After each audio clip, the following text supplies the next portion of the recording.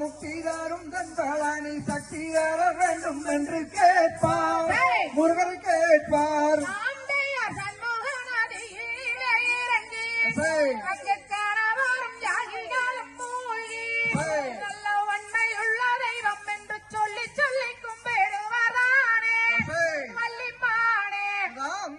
ஐந்தாம் படி கடந்து நின்று அந்த ஆண்டி மாலைக்காரோரா என்று ஆனந்த புகழ் படைத்த வேளவருட மகிமை பாரு பள்ளிகேளே.